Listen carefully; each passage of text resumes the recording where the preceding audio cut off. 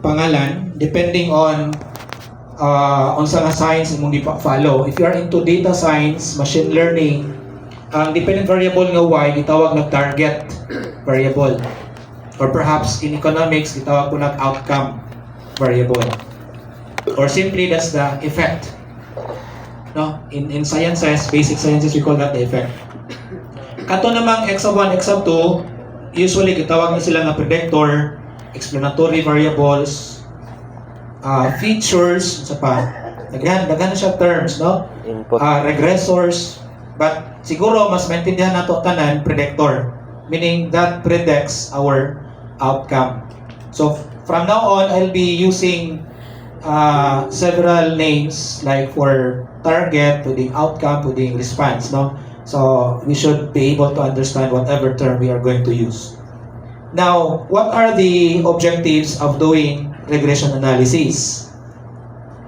There are three folds po ang goal of doing regression analysis. Unang-una, katong i-mention ako, we want to come up with an equation that will capture the relationship between y and the x of 1, x of 2.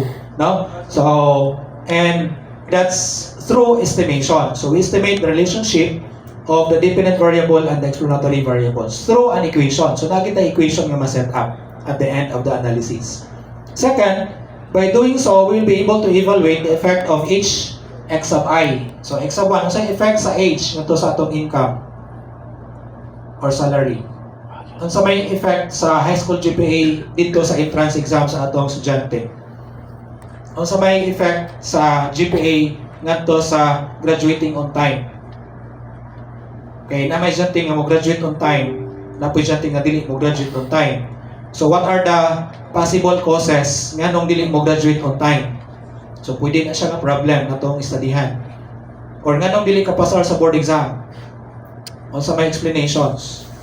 And among these explanations, kinsa ang mas taas og effect. And that's the second objective. We want to evaluate the effect of each explanatory variable on the outcome. And the last one, which is the goal of many machine learning algorithms. Kabala naman ta siguro, taga-engineering no, comsci, familiar naman ta machine learning. No? So machine learning, the fundamental or the, I would say, si tawag, building block. No? Parang pinaka-fundamental knowledge required in machine learning data science is regression. So kinanglan ka mao jud ka imong foundation is regression. So kini importante kani katong mga into machine learning and data science, this will supplement your understanding of regression analysis. So prediction, ang purpose magod sa machine learning algorithms is prediction. No? So kung naay mo come in nga bago nga data, unsa may classification ani? Spam ba ni nga email or dili spam? Or kani nga bata ning sulod siya sa BIPSO karon nga tuig, na nakoy algorithm nga maka-determine kung mo-graduate ba ni or dili on time. So makita na nato daan in advance. Unsay likelihood nga mo shift ni siya to another degree program. Kumbaga casualty ni siya sa engineering, so mo shift na to sa lain nga program. So with that algorithm in advance makita na nato nga unsa may likely ba ni siya nga mo graduate on time or dili, etc. So that is prediction. So looking forward unsa ang value sa target outcome using the algorithm. And again, that's the goal of many machine learning algorithms nga gigamit karon sa data science. Though we'll try to cover all of these three objectives in this training. Okay, so formally, although I said at the beginning I'll try my best to minimize the technical aspect, pero di maging bakalik yan. So just to elaborate, ang akong gingon kanina nga ang regression analysis is done to come up with an equation that relates y with x. Y is our outcome, x is our explanation. So generally, mo nang forma, mo nang functional form sa atong model. So ang model is just an equation. So simplify lang nato, no? So ang model is just an equation or an algorithm. So lain-lain lang pangalan depende sa application. So may algorithm is a model. In statistics we call it model. In data science we call it algorithm. No? Sige. So, ang y ko no, si y ang atong outcome, magdepende siya sa x. It is a function of x. Kung usa ka maubo si x, unsa mahitabo ni y. So that's essentially can be answered through this equation or function. And more formally, ang atong assumption, since we are now talking about linear regression model. So atong assumption, ang relationship ni x at ni y will follow a line or a linear trend. So kailong doon pa ta sa atong basic algebra sa high school, kung line gani, natay gitawag nga slope and intercept.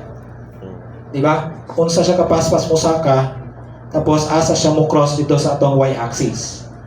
Di ba? So man siya ang atong familiar nga equation of a line, except for this last term. Kanila gidugang. Wala na siya sa mathematics, sa statistics na siya. Sa mathematics, kaya gitawag man ang mga mathematical models as deterministic, meaning dili sila mo allow og error ang taga mathematics. Sa stat, na may allowance for error. And that allowance for error is captured by that term na akong i-highlight. No? Sa math kay kung ano sila, certain sila nga mo kini mo gawas. Kung akong isaka ang x by 10 points, dapat ang y mo saka po 100 points without an error. Pero sa statistics, lahi ang istorya. So we allow for possibility of error in our estimation. So this is our y-intercept. This is our slope. So katong nag-teach din niyo kasi nag-teach din analytic geometry, algebra. Di ba? Y equals mx plus b. No, si small b mo na si beta 0, si m mo to siyang beta 1 sa atong equation diha. Sige, so ano lang. So, for instance, we can have X to be the expense on TV advertising, tapos ang Y na to, ang atong outcome, ang sales. So, let us say, you are into business, na maligya ka o product, siyempre, imo nang i-advertise. So, magasto man ka ana. No? So, unsa may effect sa imong expenses on advertising sa TV, through TV, ngadto sa imong sales. Kung mo spend kag daghan for advertising, musaka ba po ang sales? So that's essentially the question. Okay. So more on the technical part, ang beta 0, as I've said, kung nagitawag na itong y-intercept, so that's the value of the outcome y kung ang x is equal to 0. So kung wala kuno ka nag-spend kag 0 pesos advertising, ang beta, ang value ani niya will represent the average sales. No? Kini siya will be the average sales kung wala ka nag-advertise. Okay? But careful with interpretation of beta 0, no? Kaya sometimes wala na siya logical meaning. Most of the time, in fact. Okay? For example, let us say ang akong y is familiar mo tag langgam, no? Langgam. Wingspan sa bird. Diba sa simbahan may mga daghang langgam diyan na maglapad-lupad-lupad. Kasi tawag na din sa nabal yan, kalimot ko. Kasi tawag na ito, no? Sige. So, wingspan sa usa ka langgam, ang atong outcome. Tapos ang atong x, ang iyang age. So, kung explainin mo ang beta 0, mo na siya ang value sa imong wingspan o sa kalapad ang iyang pako kung ang iyang age is 0. Mo na siya ang pasabot mathematical definition aning kaning nga parameter. Ano siya? So again, that is the wingspan of a bird kung ang age sa bird is 0. Dahil okay na siyang istorya. Wala 0. 0 ang edad sa bird, ang iyang wingspan mo na nga number. Is it possible? Kung 0 ang edad sa bird, wala pa'y bird. Wala pa na tao, itlog pa. So, ano na may wingspan? So, man ako pasabot nga most of the time, ang beta 0, dili siya meaningful. No? So, dili siya automatic na itong interpret. So, na instances na dili siya dapat na ito i-interpret. Kaya katawan na ng interpretation. No? So, pwede na itong i-skip na siya. Ang atong focus actually is kini siya. Kana nga parameter. Again, that is the slope of the line. No? So sa may pasabot ana, slope of the line ang atong definition ana sa math, change in y divided by change in x. Right? So kung atong increase ang x by 1 unit, for instance, then ang y will move by that amount, beta 1. And that is actually ang atong gitawag nga effect ni x. Kaya kung mausap si x, mo to change ni y, kanang number. So that beta 1 reflects the effect of x on the outcome variable. Now, so kung pananglitan, this is very large, so dapat large po ang effect sa ni x on y. Sige. So kana lang, very simple lang muna. Si kaning duha, kaning nga parameters in statistics, gitawag ni sila mga unknown quantities, kaya nga parameter. So kinahanglan sila estimate sa data. No? So using data, dapat atong matag-ag value ng beta 0 o beta 1. Okay, and the popular method of estimation, no, is known as the method of least squares, katong i-mention ni Engineer Pilesco ganina. Ang mga estimators nga makuha nato mga ordinary least squares estimate. Di na ako mag-discuss about the calculus behind kung saan ang method of least squares. Tapos, ang atong symbols sa mga estimates na nakuha sa data nato, kaning na din nga bullet. So, beta 0 with hat. Ito na ikalo sa taas, estimator na siya. Meaning, number na siya nga na-calculate from the data na. Okay? In other references, instead nga kaniya lang gamiton, pwede po nag-B, 0. So, that's our estimator from the sample. Likewise, for the slope, so beta 1 with a hat notation is our symbol, or B1. Sige. Okay pa ta? Yes, sir. Okay pa ta? 10-20. Sige. Ang tanan nga models and statistics, even tanan nga ito mahibawaan ng mga analysis and statistics, t-test, ANOVA, chi-square, isa pa yung mga nahibawaan na to sa stat. Na inyong gigamit sa inyong research. Ha? Kana tanan na anay mga assumptions. Kada usa na na-derive under certain assumptions. Meaning, kani nga mga results or mga results ani nga mga methods will be valid only if the assumptions are true. Which means, kinahanglan na to i-check ang assumptions. Kaya kung dili gani true ang assumptions, ang atong mga results na makuha may be invalid or misleading to that extent. No? So, kinahanglan. So, just like all other statistical methods, si linear regression po, nabot siya yung mga assumptions and daghan ra ba sila kayo? No? Daghan sila. Ato ni siyang i-validate later. So, for example, talking about standard assumptions, na siya ay tulo. Una, normality, na kung gi-italics diha, homogeneous variance, o independence. Muna mga standard assumptions. Kaning tulo, napo ni sa ANOVA. Napo ni siya sa t-test. Okay? Because kanang ANOVA, o si regression, linear regression, paryente na sila. They are one and the same actually. Lahit lang ang approach pero they are the same under the same umbrella, linear models. So, dapat daw ang, di ba sa atong equation kanina nakakita tani nga term, epsilon, that captures those effects na dili na explain ni x. Okay? So, kinanglan ko no, normally distributed na siya. So, it has a normal distribution. Familiar mo tag normal distribution, correct? Itong murang makupa. No? Right? So that's the requirement, the first requirement. Second, ang variance sa data nimo uniform. Different partitions of your data dapat parehas ang variance. So manang ikaduha. Third, successive or adjacent error terms dapat not related. Dapat ay imong silingan dili nimo parente. Manay pasabot anang assumption, which is very hard to met in social science. Kaya sa ato sa Pilipinas, for example, usa ka purok halos paryente na diha ang silingan nimo mag-share na og mga pagkaon, so they are really correlated. So mana nga kung mogamit ka ni kag regression analysis with social science data, be careful. Kay kanang assumption more likely dili din na siya ma-satisfy. No? So although na ay lain nga regression na pod nga mo take into account katong correlations. So naputaan na nga mga approaches. Anyway, so let me now proceed to the second set of assumptions.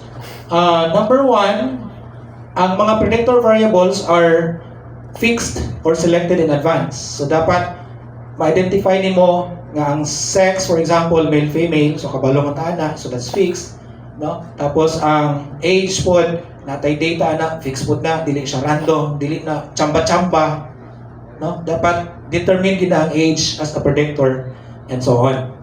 Tapos they are measured without error.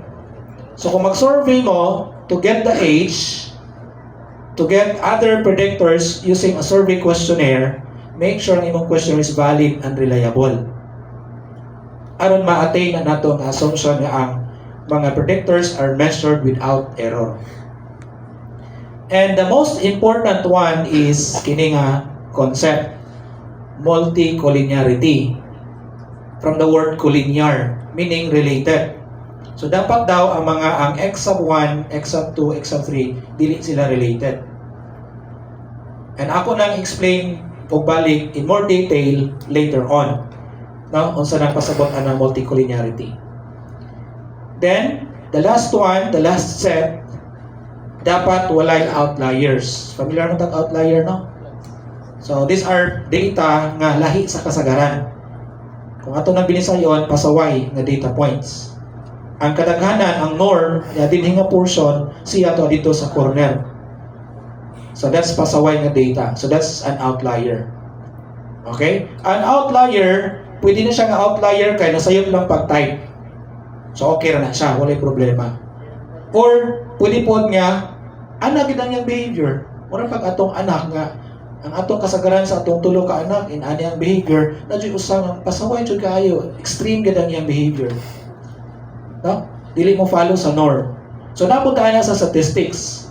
And ang atong assumption dapat walay mga pasaway nga points. Kay kanang mga points maka-affect po na sa validity of our results. No? Kay pananglitan katong data point to sa corner, strong siya kaayong effect.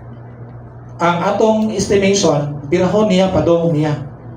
Dili na mo capture ang picture nga diya sa kadaghanan. So ma-deviate na, no? Ma-mislead na ang atong findings. So kinanglan wala na sila, pero kung na siya, ayaw ka problema kay naghihapon tayo mga new approaches on how to handle outliers. Ayaw na tugson datong atong gi-practice sa una na naganing outlier automatic unsa man tanggalon. Dili na dapat buhaton unless wala na jud kay choice.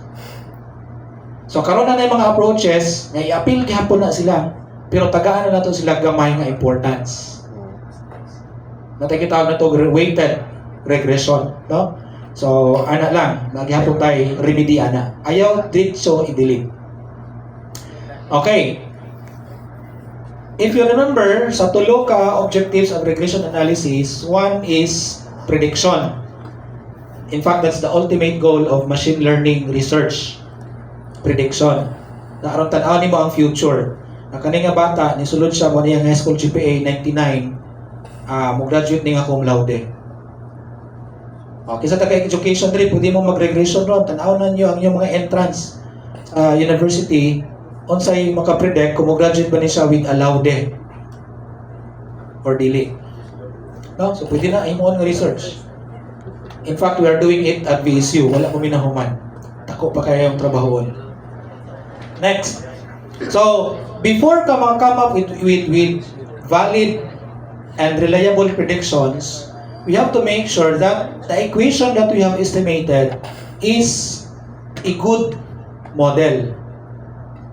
So, dapat good siya para satisfied ka nga mo gamit niya in prediction. Ang magmogamit ka aning algorithm, pangit ang iyang properties, niya may gamito nimo to predict future outcomes. Dili na siya pwede. No? So, kinanglan na kay measures of goodness and fit. So, naitulo nga commonly applied, we have coefficient of determination or R squared. Third is the analysis of variance for regression F test, and the root mean square error. So ang R squared, mana siya ang amount of variance na ma-explain sa X ngadto ni Y. Something related sa atong beta 1 ganina. Di ba ang beta 1 na to, mo to siyang effect ni X on Y. So si R squared, mo na ang amount of variance na ma-explain ni X on Y. The higher the value, the closer the value of R squared to 100, the better the fit. So kasaligan ang model. So muna tong goal. Walay cut-off. Walay libro nga nag-ingon nga dapat ang R squared nimo 70% para good ang imong model. Wala. Depende na sa nature sa data, depende sa field of specialization. If you are dealing with social science data, makaabot ka ning kag 60-70, happy na taana. Because social science data are very messy data. Especially kung nag-survey lang ta. Dili experiment. So very, so manang minimum lang ang atong i-require. 70 or 80. Kung mabot kag 90, then well and good. Pero 60, 70, that's acceptable already. Sa F-test naman, kailangan significant ang F value. Meaning, kung significant siya, it means that atong mga predictors na to can really explain the outcome. So they are really significant predictors of Y. But that is just a general procedure, no? As a whole, kining a set of predictors contribute significant effect on Y. And that can be seen in the value of F. So dapat, this is very large, and its p-value correspondingly will be very small para ma-consider siya nga significant. And lastly, root mean square error or simply RMSE. So this is actually the standard deviation of the residuals. So sa may residuals, residue, di ba na kay actual value sa Y through your survey, tapos na kay model, i-predict nimo ang ilang unsa ilang possible or predicted nga value. Ang discrepancy between the actual and the predicted, manakitawag na ito residual. And i-compute na ito ang mga residuals and their standard deviation, then mo na ang atong RMSE. So if you look at E, that's error. That is the deviation of how good the model is in relation to the actual values that we get. So dapat it should be small. Kay error man na. Kung ato nang eliminate, it represents error in the estimation. Right? So dapat na siya small na value. So the closer the value to 0, the better the fit. But how close is close to 0, wala tayo guide po na. Okay? Depende gihapon sa data that we have. Kaya kung ang atong data is in thousands, 100,000, 200,000 nga mga salaries, ang atong RMSE po, inaanak ko ng unit, mga 1,000 gihapon. Pero kung atong data ay tag 1 decimal lang, no? 5 point something, 3 point something, ang atong standard error po, tag 1 decimal lang po na siya. Digit, 1 digit lang po. Okay, so it's really relative. So wala i-cut off na specific unsa ang makonsider nato nga acceptable RMSE. Sige, so I will not anymore explain this one. Let me just proceed now to R.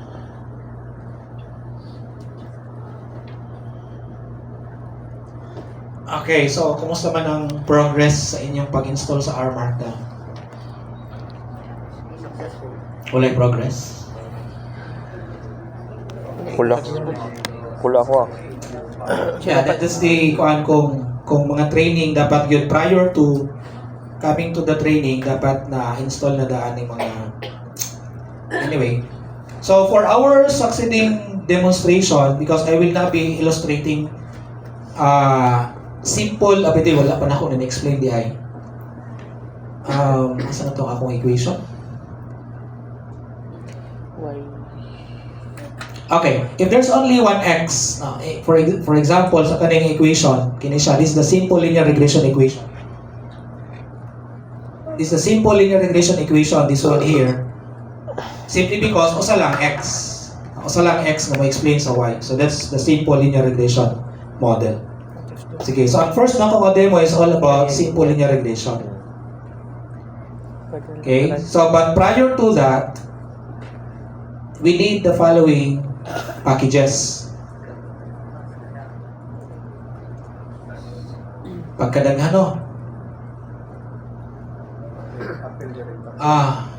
So, matuto sa RStudio, katong gibuhat na to kanina, tapos tools, install packages, nya imo tong i-enumerate sila tanan diha sa kanang nga field, just separate them with a comma. Pila to ka bok? 30? After comma, sir, may space. Pwedeng kuna, pwedeng wala. So for example, ISLR. Now, I will explain some of these.